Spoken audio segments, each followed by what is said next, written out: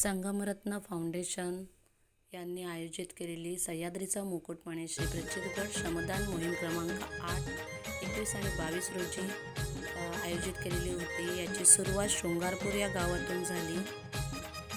इथून जवळपास 8 वाजता सर्वजण प्रचितगडाकडे जाण्यासाठी निघालेले आहेत।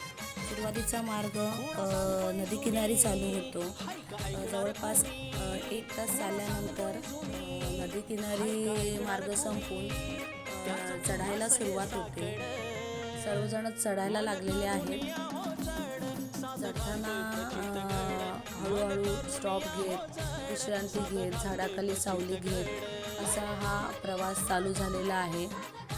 प्रत्येकाला गडाकडे पोहोचण्याची घाई आहे, त्याच्यामुळे विश्रांती घेत आणि घनदाट जंगल असल्यामुळे एवढा थकवा काही फारसा जाणवलेला नाही आहे। सावली संपूर्ण होती, ऊन अजून यायचं बाकी होतं। सकाळी 8 वाजता सुरू केलं आहे आम्ही चढण्यासाठी आणि हळूहळू चढत सर्वजण चाललेले आहेत। ठिकठिकाणी NGOवाल्यांनी पाट्या लावलेल्या आहेत की कचरा करू नये, पाण्याच्या बाटल्या इतरत्र फेकू नये।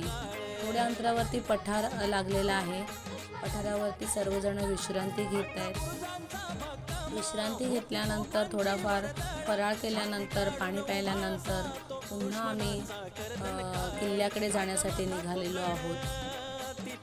आता चढण खूप अवघड झालेली होती, थोडी कठीण होती, पण संगमरत्न फाउंडेशनचे मेंबर खूप हेल्पफुल आहेत आणि त्यांनी आम्हाला व्यवस्थित गडावरती नेलेलं आहे। त्याच्यामुळे खरंच खूप छान वाटलं की यांच्याबरोबर येऊन या श्रमदान मोहिमेमध्ये आमचाही थोडाफार हातभार लागलेला आहे। पुन्हा सुद्धा परत येण्याची आमची इच्छा खूपच आहे। अवघड गड वाटून सुद्धा असं वाटतंय की पुन्हा यावं आणि इथे काम करावं यांच्यासोबत। आता शेवटचा थोडासा कठीण मार्ग आहे। वाट फारच चिंचोळी होती, पण कड्याला धरून आम्ही काठी हातात घेऊन वगैरे रोपाला धरून काही ठिकठिकाणी शिड्या लावलेल्या आहेत, लोखंडी त्या फिट केलेल्या आहेत, त्यांच्या आधाराने, दोरखंडाच्या आधाराने आम्ही गड चढलेलो आहोत। वरून खूप छान असा नजारा दिसत आहे। शृंगारपूर गाव प्रचितगडावरून दिसत आहे ते।